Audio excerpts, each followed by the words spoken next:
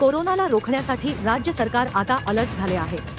JN1 व्हेरियंटवर उपाययोजना करण्यासाठी आरोग्यमंत्र्यांच्या नेतृत्वात बैठक बोलवण्यात आली आहे। राज्यात कोरोना रुग्ण वाढू लागले आहेत। सरकारकडून उपाययोजना केल्या जात आहेत। लसीकरण, ऑक्सिजन बेड वाढवण्याच्या सूचना देण्यात आलेल्या आहेत। आतापर्यंत 50 पेक्षा जास्त रुग्ण राज्यामध्ये आढळले आहेत आणि त्यामुळे सरकार आता अलर्ट झाले आहे। महाराष्ट्रात कोरोनाचा नवा व्हेरियंट JN1 वेगाने पसरणारा आहे, त्यामुळे काळजी घ्या असे आवाहन मुख्यमंत्री यांनी केले आहे। नमस्कार।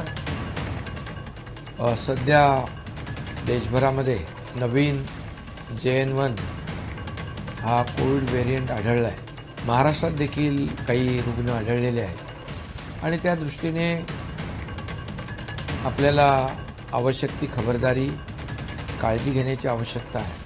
नागरिकांना देखील माझं आव्हान आहे, विनंती आहे की आपण काळजी घेऊया। गर्दीच्या ठिकाणी अधिक काळजी घेण्याची आवश्यकता आहे, पण पुन्हा एकदा मी सांगेन की काळजी घेण्याची आवश्यकता आहे, परंतु घाबरण्याची आवश्यकता नाही, कारण याचा सामना आपण व्यवस्थित करू। याचबरोबर बातमी आहे 10वी 12वी बोर्ड परीक्षेबाबत।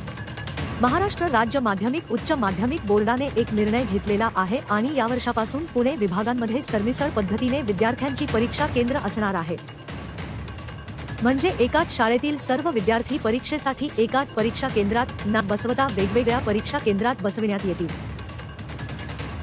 मुंबई शहर आणि पुणे शहर सोडून ज्या ठिकाणी शहरी किंवा ग्रामीण भागामध्ये 2 किंवा 2 पेक्षा जास्त केंद्र असतील तर 10वीचे असो किंवा 12वीचे असो तर ते विद्यार्थी सरमिसळ पद्धतीने त्यामध्ये अलॉट केले जातील, जेणेकरून विद्यार्थ्यांना त्याच गावामध्ये केंद्र असेल आणि विद्यार्थ्यांना कॉपी मुक्त वातावरणात परीक्षा देता येईल, अशी ही माहिती बोर्डाचे अध्यक्ष शरद गोसावी यांनी दिली आहे।